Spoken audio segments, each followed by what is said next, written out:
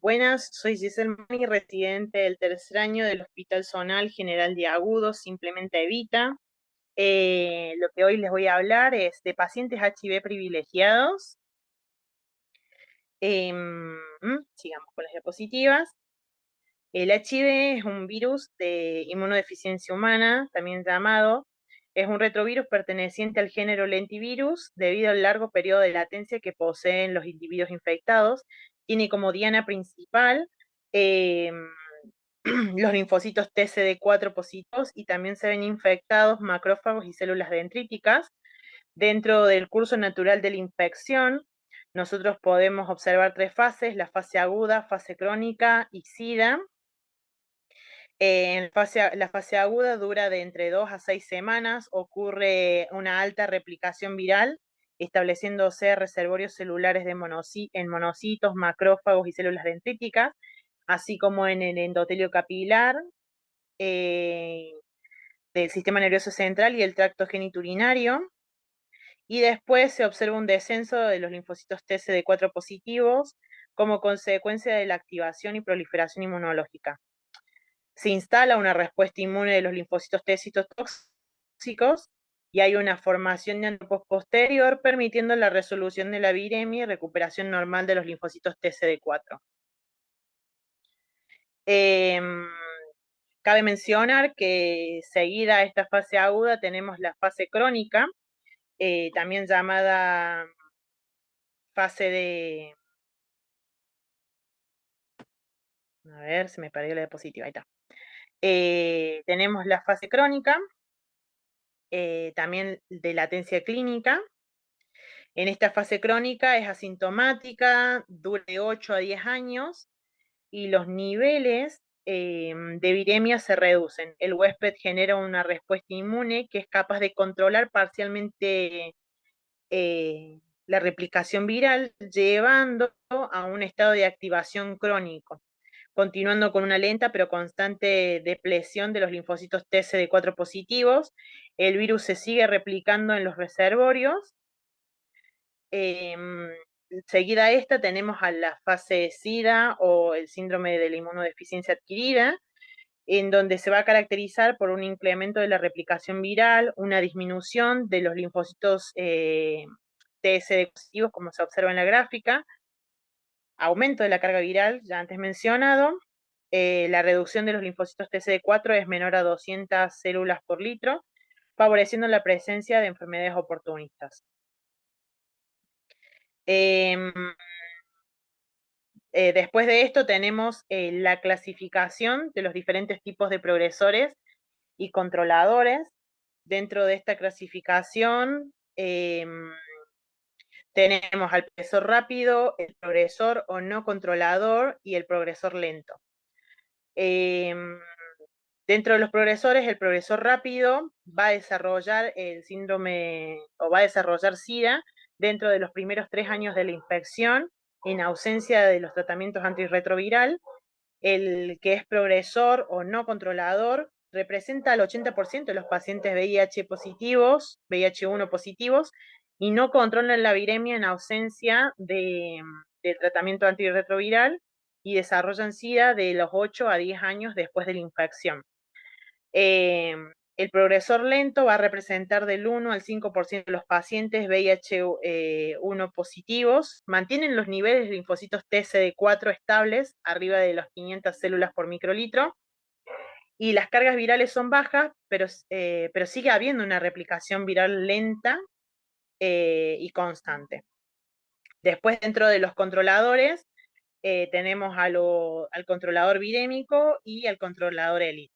El controlador, los controladores, como bien lo dice su clasificación, van a controlar la viremia espontáneamente sin el tratamiento antirretroviral.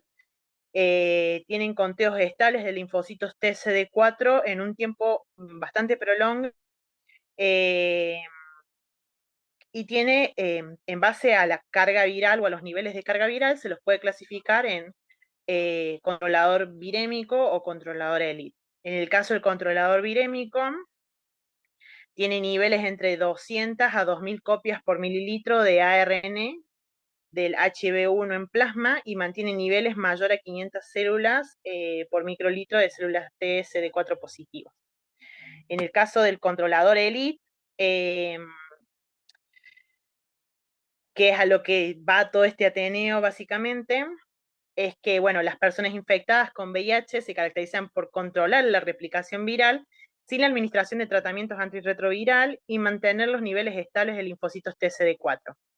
¿Esto qué es? Que el ARN del VIH1 en plasma es menor a 50 copias por mililitro por más de 12 meses y hay conteos estables de linfocitos TCD4 entre 200 a 1000 células por microlitro. Pero algo muy importante es que el fenotipo celular de este grupo tiene un elevado conteo de linfocitos TCD4 positivos y CD8 positivos y secretan mayores niveles de interleuquina 2, interferón gamma, ayudando a controlar el virus. De modo de presentar bajos niveles de activación T con fenotipo peculiar, en donde hay una baja extensión, o mejor dicho, una baja expresión de los CD38 y los HLA-DR. Dentro de las metodologías que se utilizan, hoy por hoy la mayoría de los laboratorios tiene serología, la metodología llamada serología de cuarta generación, que consiste en una ELISA anti-HIV1 capaz de detectar anticuerpos y antígenos P24. En nuestro hospital contamos con esa tecnología con esa ELISA, que es capaz de detectar tanto el anticuerpo como el antígeno, y usualmente esta serología de cuarta generación es capaz de detectar tanto el antígeno como anticuerpos a partir del día 14. Pero recuerden que en la infección aguda, a principios de la infección aguda, no hay anticuerpos detectables. Por eso es que principalmente se detecta antígeno y después a medida que va pasando el tiempo, aumentan las probabilidades de detectar anticuerpos. Y esto también puede variar de acuerdo a la variabilidad biológica interindividual de cada individuo, de cada persona infectada. Antes se tenía serologías de primera generación en donde solamente se daban anticuerpos, y bueno, fue avanzando a medida que fue evolucionando la tecnología, la capacidad de detectar, obviamente para un buen provecho de los pacientes, claramente. Y algo muy importante destacar es que el ácido nucleico del HIV es detectable a partir del día 12. Las serologías de tercera generación son detectables se pueden utilizar a partir del día 18 a 23, las serologías de segunda generación a partir del día entre el 23 y el 33, y la de primera generación a partir del día 33 al 36. O sea que antes, con las serologías de primera generación, nosotros recién podíamos detectar a partir de que ya había pasado un mes desde que el paciente se contagió. Hoy por hoy lo podemos hacer luego de 2 semanas del paciente ya contagiado. Bueno, aquí les traigo el algoritmo diagnóstico que utilizamos en provincia. Nosotros tenemos este algoritmo que consiste en la medición de la carga viral, y la ELISA de cuarta generación, la metodología de cuarta generación y Western blot. Si la metodología de cuarta generación para detectar serían antígenos y anticuerpos da negativo, es negativo para anticuerpos VIH1. Pero si da positivo, se manda a hacer una carga viral. Si la carga viral es detectable, se dice que es positivo para anticuerpos HIV1 y carga viral, y si no es detectable, se da la orden para hacer un Western blot. En este caso, si el Western blot da indeterminado, se pide nueva muestra, se hace un seguimiento médico. Si es negativo, se hace un anticuerpo, se dice que es negativo para anticuerpos VIH1. Si es positivo, se confirma que es positivo para anticuerpos VIH1. En nuestro hospital particularmente se suele, cuando da positivo el ELISA y no tenemos antecedentes del paciente y no tenemos información del paciente, lo volvemos a recitar, le volvemos a sacar una nueva muestra, damos aviso a la infectóloga del hospital para que tenga en cuenta este paciente y para que ya empiece el seguimiento del mismo. Después nosotros tenemos, en base a lo que les dije anteriormente, se tienen diferencias genéticas de estos controladores ELIT, se fue investigando, se fue haciendo, se armaron diferentes líneas de investigación en donde dijeron, bueno, ¿por qué estos pacientes tienen esta particularidad de, a pesar de estar infectados, con HIV no presentan todos los síntomas e incluso, como habíamos mencionado antes, mantienen el número de células T, CD4 positivos y la carga viral baja? Entonces, ¿por qué pasa eso? Entonces, a raíz de eso se hicieron diferentes investigaciones, se descubrieron que, por ejemplo, los genes del complejo de histocompatibilidad de clase 1, como lo son el B57, el 27, el 14 y el A25, son genes protectores, se les podría decir, y los de mayor riesgo de infección son el B35, como son el HLA B2705, va a permitir que la molécula de HLA se una de forma no selectiva a los antígenos que presenta, por lo que una mutación en el antígeno viral no impide su presentación para un posterior reconocimiento. Después tenemos a los protectores, como lo es el HLA B5701, que se basa en que debe haber un gran aumento del número de mutaciones que tiene que ocurrir en los epítopes virales para que no puedan ser presentados. Cuando eso ocurre, no se ensamblan bien y pierden la viabilidad. Eh, Después tenemos otros genes como el gen HCP5, que en este caso es un retrovirus endógeno localizado en el gen que codifica el AB. El mecanismo protector de este gen es que al producir una cadena larga de ARN no codificante que posee cierta homología con los genes de la retrotranscriptasa viral, puede interaccionar con pasos determinantes a la hora de que se va armando el virus dentro del ciclo del HIV. Y después tenemos mutaciones del gen CCR5. En este caso sería CCR5 delta, que en el caso de pacientes que sean homocigotas para este gen, hay un cambio se produce una deleción de 32 pares de base en el gen estructural CCR5 que causa un cambio en el marco de lectura, generando una proteína trunca no funcional que permanece en el citosol y no se encuentra en la fase de entrada a la célula. En heterocigotas se muestran niveles normales de expresión del CCR5 en la superficie de linfocitos TSD4 positivo. Esto quiere decir que se infectan, pero la progresión es lenta. Después tenemos al gen TRIM5-alfa, que sería la que más importa, sería la variante R136Q, que codifica para un factor de restricción que va a favorecer el desensamblaje prematuro de la cápside viral y el reconocimiento de otros factores virales que permiten al sistema inmune actuar ante la infección. Luego tenemos otros dos genes, como lo son el gen ApoBec3 y el gen SLFN11. En el caso del gen número 5, se incorpora un virión en la célula productora, queda dentro del virus, y al infectar una nueva célula, por desaminación ocurre cambios nucleotídicos, generando una cadena hipermutada que impide la viabilidad del virus. Y en el caso del gen 6, o sea, del gen SLFN11, se codifica una proteína que es SLAFN11, que se encarga de promover la muerte celular de aquellas que poseen un daño en el ADN y pueden impedir que se sinteticen nuevas proteínas virales de HIV.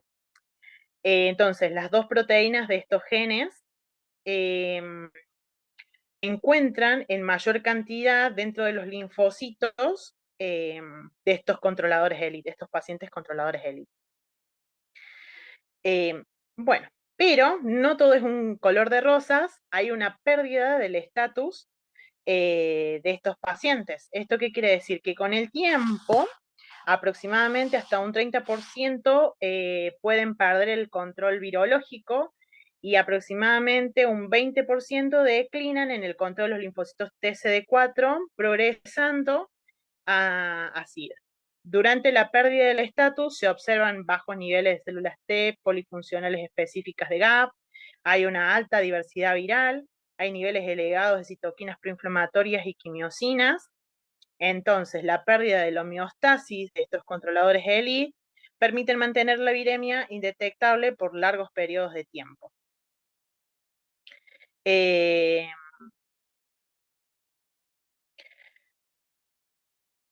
Les traigo acá también un caso clínico, que en este fue un caso de nuestro hospital.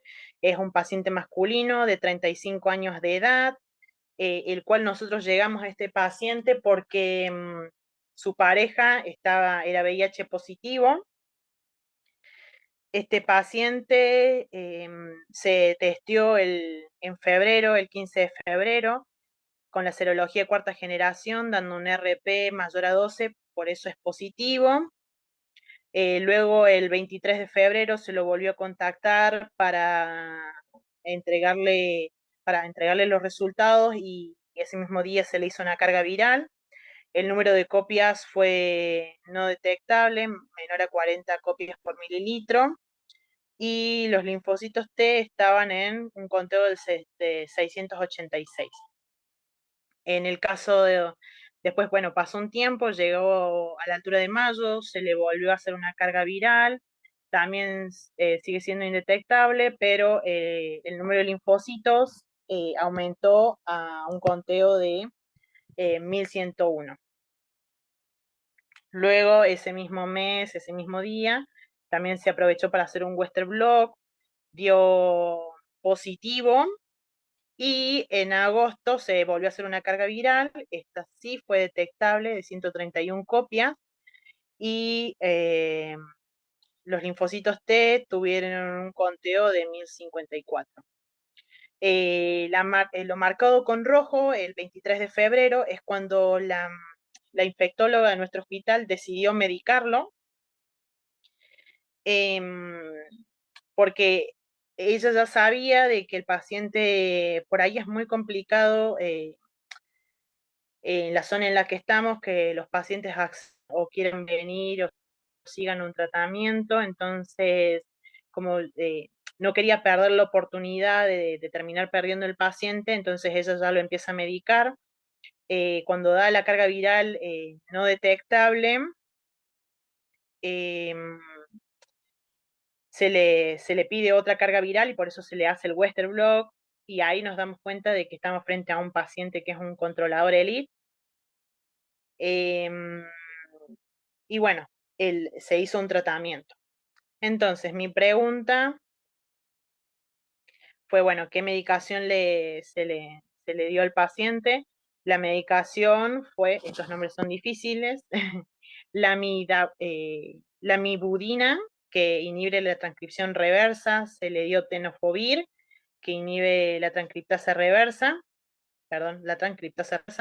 y dolutegravir, que inhibe que es inhibidor de integrasas. Luego mi pregunta fue si tratamiento sí o tratamiento no. Entonces, teniendo en cuenta eso, si bien el control virémico está en niveles indetectables, la bibliografía dice que hay una cantidad importante de alteraciones que están relacionadas a un estado de inflamación crónica de estos pacientes comparados con personas sanas o infectadas bajo tratamiento. ¿Esto qué es? Es que las citoquinas proinflamatorias circulantes contribuyen al control virológico, pero tienen un efecto desfavorable a largo plazo, siendo las causas más comunes como los eventos cardiovasculares, enfermedades respiratorias, enfermedades psiquiátricas. Entonces, eh, la bibliografía decía que el uso de tratamiento es beneficioso y se ha observado que hay una disminución de los niveles marcados de activación crónica, así como las comorbilidades no asociadas aquí.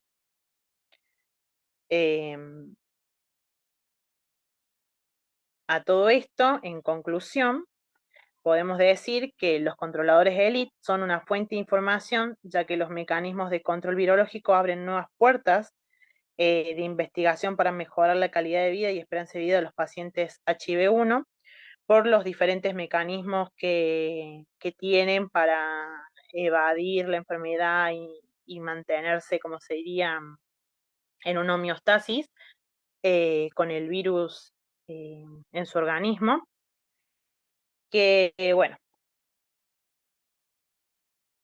en fin, como cerrando un poco el tema, estos pacientes sí conviene tratarlos para evitarles a largo plazo a que lleguen a SIDA y para evitar también estas comorbilidades que antes les mencionaba, estos daños cardíacos, psiquiátricos. Y bueno, nada, se sigue investigando, se sigue estudiando y como son muy pocos en sí dentro de una población, no son tan comunes estos pacientes, por ahí es como que se dificulta un poco esto de poder llegar a investigarlos por completo.